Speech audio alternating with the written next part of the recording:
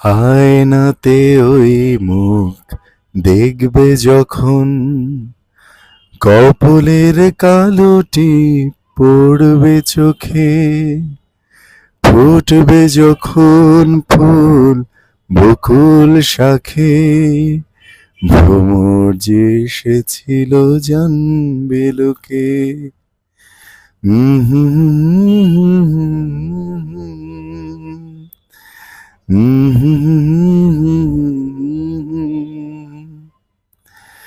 জানি না এখন তুমি কার কথা ভাবছো, আনমনে কার ছবি দুটি চোখে আঁকছো।